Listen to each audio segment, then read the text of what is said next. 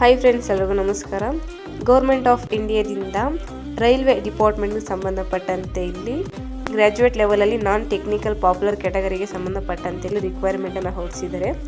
ಮೊದಲನೇದಾಗಿ ನಾವು ಇಂಪಾರ್ಟೆಂಟ್ ಡೇಟ್ಗಳನ್ನು ನೋಡೋದಾದರೆ ನೋಡಿ, opening date on online application 21/10/2025 ಅಂದರೆ ಇದೇ ಅಕ್ಟೋಬರ್ 21ಕ್ಕೆ ಇದೊಂದು ಅಪ್ಲಿಕೇಶನ್ ಡೇಟ್ ಓಪನ್ ಆಗಿದ್ದು, ಕ್ಲೋಸಿಂಗ್ ಡೇಟ್ ಬಂದು 20/11/2025 ಅಂದರೆ ನವೆಂಬರ್ 20ಕ್ಕೆ ಲಾಸ್ಟ್ ಡೇಟ್ ಇರುತ್ತೆ. ಓಕೆ, ಅಂದರೆ ಫೀಸ್ ಪೇಮೆಂಟ್ ಲಾಸ್ಟ್ ಡೇಟ್ ಬಂದು 22/11/2025ಕ್ಕೆ ಲಾಸ್ಟ್ ಡೇಟ್ ಇರುತ್ತೆ.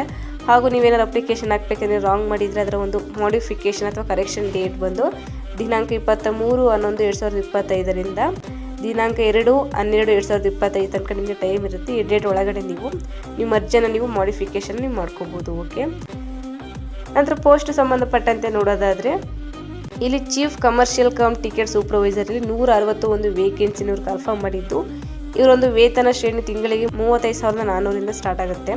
ನಂತರ ಸ್ಟೇಷನ್ ಮಾಸ್ಟರಲ್ಲಿ 615 ವೇಕೆನ್ಸಿನವ್ರು ಕನ್ಫರ್ಮ್ ಮಾಡಿದ್ದು, ಇವರೊಂದು ವೇತನ ಶ್ರೇಣಿ ತಿಂಗಳಿಗೆ 35,400 ಇರುತ್ತೆ.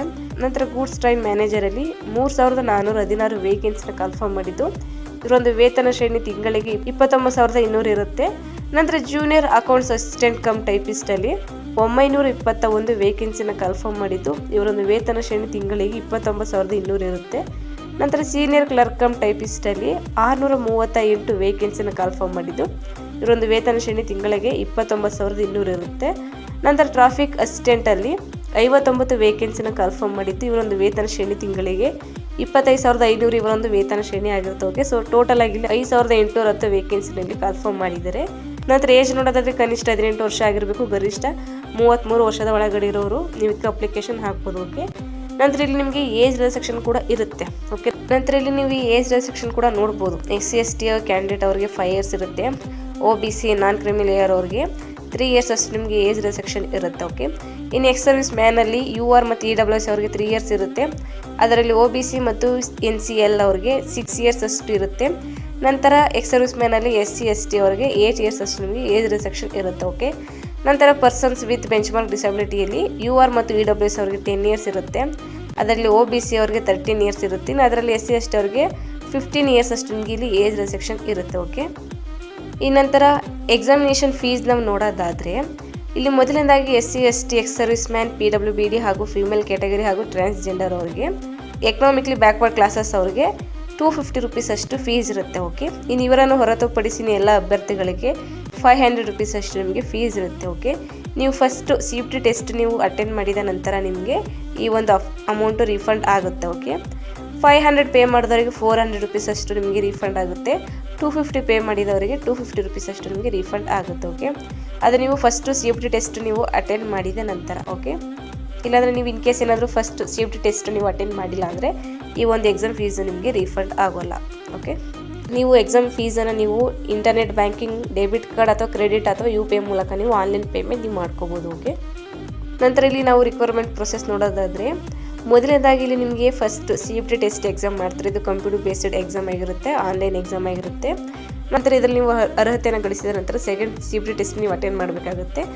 ನಂತರ computer based typing skill test ಇರುತ್ತೆ. ಓಕೆ, ನಂತರ ಕೆಲವು ಹುದ್ದೆಗೆ ಸಂಬಂಧಪಟ್ಟಂತೆ ಕಂಪ್ಯೂಟರ್ ಬೇಸ್ಡ್ ಆಪ್ಟಿಟ್ಯೂಡ್ ಟೆಸ್ಟ್ ಕೂಡ ಇರುತ್ತೆ. ನಂತರ ನಿಮ್ಮೊಂದು ಡಾಕ್ಯುಮೆಂಟ್ಗಳ ವೆರಿಫಿಕೇಷನ್ ಇರುತ್ತೆ. ನಂತರ ಮೆಡಿಕಲ್ ಎಕ್ಸಾಮ್ ಇರುತ್ತೆ. ಇದಾದ ನಂತರ ಮೆರಿಟ್ ಲೀಸ್ಟನ್ನು ಅವರು ತಯಾರಿಸಿ ನಿಮ್ಮನ್ನು ಆಯ್ಕೆನ ಮಾಡ್ಕೋತಾರೆ. ಓಕೆ, ಮೊದಲನೇದಾಗಿ ಇಲ್ಲಿ ಫಸ್ಟ್ ಸ್ಟೇಜ್ CPT ಟೆಸ್ಟ್ ಸಂಬಂಧಪಟ್ಟಂತೆ ಎಕ್ಸಾಮ್ ಪ್ಯಾಟರ್ನ್ ಹೇಗಿರುತ್ತೆ ಅಂತ ನೋಡೋದಾದರೆ ಇಲ್ಲಿ ಎಕ್ಸಾಮ್ ಡ್ಯೂರೇಷನ್ ಬಂದು 90 ಮಿನಿಟ್ಸ್ ಇರುತ್ತೆ. ಇನ್ ಜನರಲ್ ಅವೇರ್ನೆಸ್ ಸಂಬಂಧಪಟ್ಟಂತೆ 40 ಕ್ವಶನ್ಸ್ ಇರುತ್ತೆ. ನಂತರ ಮ್ಯಾಥಮೆಟಿಕ್ಸ್ ಸಂಬಂಧಪಟ್ಟಂತೆ 30 ಕ್ವಶನ್ಸ್ ಇರುತ್ತೆ. ಇನ್ನು ಜನರಲ್ ಇಂಟೆಲಿಜೆನ್ಸ್ ಮತ್ತು ರೀಸನಿಂಗಲ್ಲಿ 30 ಕ್ವಶನ್ಸ್ ಇರುತ್ತೆ.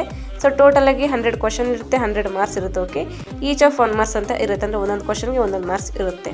ಇಲ್ಲಿ ನೆಗೆಟಿವ್ ಮಾರ್ಕ್ಸ್ ಕೂಡ 3/1 ಅಷ್ಟು ನಿಮಗೆ ನೆಗೆಟಿವ್ ಮಾರ್ಕ್ಸ್ ಇರುತ್ತೆ. ಪ್ರತಿ ರಾಂಗ್ ಆನ್ಸರ್ಗೂ ಒಂದೊಂದು ಅಂಕ ಕಡಿತವಾಗುತ್ತೆ. ನಂತರ ಸೆಕೆಂಡ್ CPT ಟೆಸ್ಟ್ ನಾವು ನೋಡೋದಾದರೆ ಅದರ ಒಂದು ಎಕ್ಸಾಮ್ ಪ್ಯಾಟರ್ನ್ ಹೇಗಿರುತ್ತೆ ಅಂತ ನೋಡೋದಾದರೆ ಇದಕ್ಕೂ ಸಹ ನಿಮಗೆ 90 ಮಿನಿಟ್ಸ್ ಅಷ್ಟು ಡ್ಯೂರೇಷನ್ ಇರುತ್ತೆ. ಜನರಲ್ ಅವೇರ್ನೆಸ್ ಸಂಬಂಧಪಟ್ಟಂತೆ 50 ಕ್ವಶನ್ಸ್ ಇರುತ್ತೆ. ಮ್ಯಾಥಮೆಟಿಕ್ಸಲ್ಲಿ 35 ಕ್ವಶನ್ಸ್ ಇರುತ್ತೆ. ನಂತರ ಜನರಲ್ ಇಂಟೆಲಿಜೆನ್ಸ್ ಮತ್ತು ರೀಸನಿಂಗಲ್ಲಿ 35 ಕ್ವಶನ್ಸ್ ಇರುತ್ತೆ. ಓಕೆ, ಸೊ ಟೋಟಲ್ ಆಗಿ ನಿಮಗೆ 120 ಕ್ವಶನ್ಸ್ ಇರುತ್ತೆ, 120 ಮಾರ್ಕ್ಸ್ ಇರುತ್ತೆ. ಇಲ್ಲೂ ಸಹ ಪ್ರತಿಯೊಂದು ಪ್ರಶ್ನೆಗೂ ಒಂದೊಂದು ಅಂಕಗಳು ಇರುತ್ತೆ.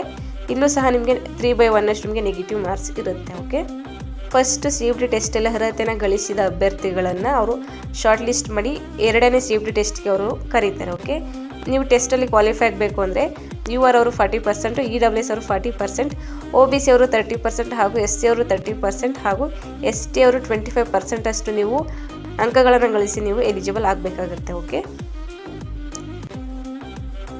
ನಂತರ ಇಲ್ಲಿ ಕೆಲವೊಂದು ಹುದ್ದೆಗಳಿಗೆ ಟೈಪಿಂಗ್ ಸ್ಕಿಲ್ ಟೆಸ್ಟ್ ಇರುತ್ತೆ ಮತ್ತು ಕೆಲವು ಹುದ್ದೆಗಳಿಗೆ ಆಪ್ಟಿಟ್ಯೂಡ್ ಟೆಸ್ಟ್ ಕೂಡ ಇರುತ್ತೆ. ಇಲ್ಲಿ ಸೀನಿಯರ್ ಕ್ಲರ್ಕ್ ಕಮ್ ಟೈಪಿಸ್ಟ್ ಹಾಗೂ ಜೂನಿಯರ್ ಅಕೌಂಟ್ ಅಸಿಸ್ಟೆಂಟ್ ಕಮ್ ಟೈಪಿಸ್ಟ್ಗೆ ಸಂಬಂಧಪಟ್ಟಂತೆ computer based typing skill test ಇರುತ್ತೆ. ಓಕೆ, ನಂತರ ಸ್ಟೇಷನ್ ಮಾಸ್ಟರ್ ಹಾಗೂ ಟ್ರಾಫಿಕ್ ಅಸಿಸ್ಟೆಂಟ್ ಹುದ್ದೆಗೆ ಸಂಬಂಧಪಟ್ಟಂತೆ ಕಂಪ್ಯೂಟರ್ ಬೇಸ್ಡ್ ಆಪ್ಟಿಟ್ಯೂಡ್ ಟೆಸ್ಟ್ ಇರುತ್ತೆ. ಓಕೆ, ನಂತರ ಡಾಕ್ಯುಮೆಂಟ್ಗಳ ವೆರಿಫಿಕೇಷನ್ ಇರುತ್ತೆ. ಅದರ ನಂತರ ನಿಮಗೆ ಮೆಡಿಕಲ್ ಟೆಸ್ಟ್ ಇರುತ್ತೆ. ಓಕೆ, ಅದಾದ ನಂತರ ಮೆರಿಟ್ ಲೀಸ್ಟನ್ನು ತಯಾರಿಸಿ ಅವರು ಅಭ್ಯರ್ಥಿಗಳನ್ನು ಆಯ್ಕೆನ ಮಾಡ್ಕೋತಾರೆ. ಓಕೆ, ನೀವು ಇದಕ್ಕೆ ಅಪ್ಲಿಕೇಶನ್ ಹಾಕಬೇಕು ಅಂದರೆ www.rrbbengaluru.gov.in ಈ ಒಂದು ವೆಬ್ಸೈಟ್ಗೆ ಹೋಗಿ ನೀವು ಅಪ್ಲಿಕೇಶನ್ ಹಾಕ್ಬೋದು. ಓಕೆ, ಅಂದರೆ ಬೆಂಗಳೂರು ವೇಕೆನ್ಸಿ ಸಂಬಂಧಪಟ್ಟಂತೆ ನೀವು ಅಪ್ಲಿಕೇಶನ್ ಹಾಕೋ ಹಾಗಿದ್ರೆ ಈ ಒಂದು ವೆಬ್ಸೈಟ್ಗೆ ಹೋಗಿ ನೀವು ಅಪ್ಲಿಕೇಶನ್ ಹಾಕ್ಬೋದು. ಓಕೆ, ನಂತರ ನೀವು ಇಲ್ಲಿ ನೋಡ್ಬೋದು ಯಾವ ಸ್ಟೇಟಲ್ಲಿ ಎಷ್ಟೆಷ್ಟು ವೇಕೆನ್ಸಿನ ಕನ್ಫರ್ಮ್ ಮಾಡಿದ್ದೀರಿ ಅಂತ. ನಾನು ನಿಮಗೆ ಬೆಂಗಳೂರಲ್ಲಿ ತೋರಿಸ್ತೀನಿ ನೋಡಿ. ಬೆಂಗಳೂರಲ್ಲಿ ಟೋಟಲ್ ಆಗಿ 241 ವೇಕೆನ್ಸಿ ಕನ್ಫರ್ಮ್ ಮಾಡಿದ್ದಾರೆ. ಓಕೆ, ಇಲ್ಲಿ ಪೋಸ್ಟ್ ಸಂಬಂಧಪಟ್ಟಂತೆ ಕ್ಯಾಟಗರಿ ವೈಸಲ್ಲಿ ಡಿವೈಡ್ ಮಾಡಿ ತಿಳಿಸಿದ್ದಾರೆ. ನೀವು ಬೇಕಂದ್ರೆ ವಿಡಿಯೋನ ಪಾಸ್ ಮಾಡಿ ನೋಡ್ಕೋಬೋದು. ಓಕೆ, ಸೊ ಟೋಟಲ್ ಆಗಿ ಬೆಂಗಳೂರಲ್ಲಿ 241 ವೇಕೆನ್ಸಿ ಇವರು ಕನ್ಫರ್ಮ್ ಮಾಡಿದ್ದಾರೆ ಅಂತ ಹೇಳ್ಬೋದು. ಓಕೆ, ಸೊ ಇದಿಷ್ಟು RRBಯಲ್ಲಿ ಕನ್ಫರ್ಮ್ ಮಾಡಿರುವಂತಹ ಗ್ರ್ಯಾಜುಯೇಟ್ ಲೆವೆಲ್ಗೆ ಸಂಬಂಧಪಟ್ಟಂತೆ ನಾನ್ ಟೆಕ್ನಿಕಲ್ ಪಾಪ್ಯುಲರ್ ಕ್ಯಾಟಗರೀಸ್ ಹುದ್ದೆಗೆ ಸಂಬಂಧಪಟ್ಟಂತೆ ಮಾಹಿತಿ ಇದಾಗಿರುತ್ತೆ. ಇನ್ನು ಎಜುಕೇಷನ್ ಬಂದು ಇನ್ನು ಪದವಿಯನ್ನು ಮಾಡಿರೋರು ನೀವು ಇದಕ್ಕೆ ಅಪ್ಲಿಕೇಶನ್ ಹಾಕ್ಬೋದು. ಓಕೆ, ನಂತರ ಇದೇ ಅಕ್ಟೋಬರ್ 27ರಿಂದ ಪದವಿ ಪೂರ್ವ ಅಂದರೆ PUC ಲೆವೆಲ್ಗೆ ಸಂಬಂಧಪಟ್ಟಂತೆ RRBಯಲ್ಲಿ ರಿಕ್ವೈರ್ಮೆಂಟನ್ನು ಹೊರಡಿಸಿದ್ದಾರೆ. ನಾನು ನಿಮಗೆ ಅದನ್ನು ನೆಕ್ಸ್ಟ್ ವೀಡಿಯೋದಲ್ಲಿ ಅದರ ಒಂದು ರಿಕ್ವೈರ್ಮೆಂಟ್ ಸಂಬಂಧಪಟ್ಟಂತೆ ನಾನು ನೋಟಿಫಿಕೇಶನ್ ನಿಮಗೆ ನೆಕ್ಸ್ಟ್ ವೀಡಿಯೋದಲ್ಲಿ ನಿಮ್ಗೆ ಅದ್ರ ಬಗ್ಗೆ ತಿಳಿಸ್ಕೊಡ್ತೀನಿ. ಓಕೆ, ಸೊ ಇದಿಷ್ಟು ಈ ಒಂದು ವಿಡಿಯೋ ಸಂಬಂಧಪಟ್ಟಂತೆ ಮಾಹಿತಿ ಇದಾಗಿರುತ್ತೆ. ಯಾರೆಲ್ಲ ರೈಲ್ವೆ ಡಿಪಾರ್ಟ್ಮೆಂಟಲ್ಲಿ ವರ್ಕ್ ಮಾಡಬೇಕು ಅಂತ ಇಂಟ್ರೆಸ್ಟ್ ಇದೆ ಅವರೆಲ್ಲರೂ ಕೂಡ ಅಪ್ಲೈ ಮಾಡಿ, ನಿಮ್ಮ ಫ್ರೆಂಡ್ಸ್ಗೂ ಕೂಡ ಶೇರ್ ಮಾಡಿ, ಅವ್ರಿಗೂ ಕೂಡ ಯೂಸ್ ಆಗುತ್ತೆ, ಅವರು ಕೂಡ ಅಪ್ಲೈ ಮಾಡಲಿ ಅಂತ ಹೇಳ್ತಾ ಈ ಒಂದು ವಿಡಿಯೋ ಇಷ್ಟದಲ್ಲಿ ದಯವಿಟ್ಟು ಒಂದು ಲೈಕ್ ಮಾಡಿ, ಶೇರ್ ಮಾಡಿ. ಸೊ ಹೀಗೆ ಹೆಚ್ಚಿನ ಜಾಬ್ ಅಪ್ಡೇಟ್ಸ್ಗಳಿಗಾಗಿ ನಮ್ಮ ಯೂಟ್ಯೂಬ್ ಚಾನಲ್ ಸಬ್ಸ್ಕ್ರೈಬ್ ಮಾಡಿ, ಸಪೋರ್ಟ್ ಮಾಡಿ ಫ್ರೆಂಡ್ಸ್. Thank you.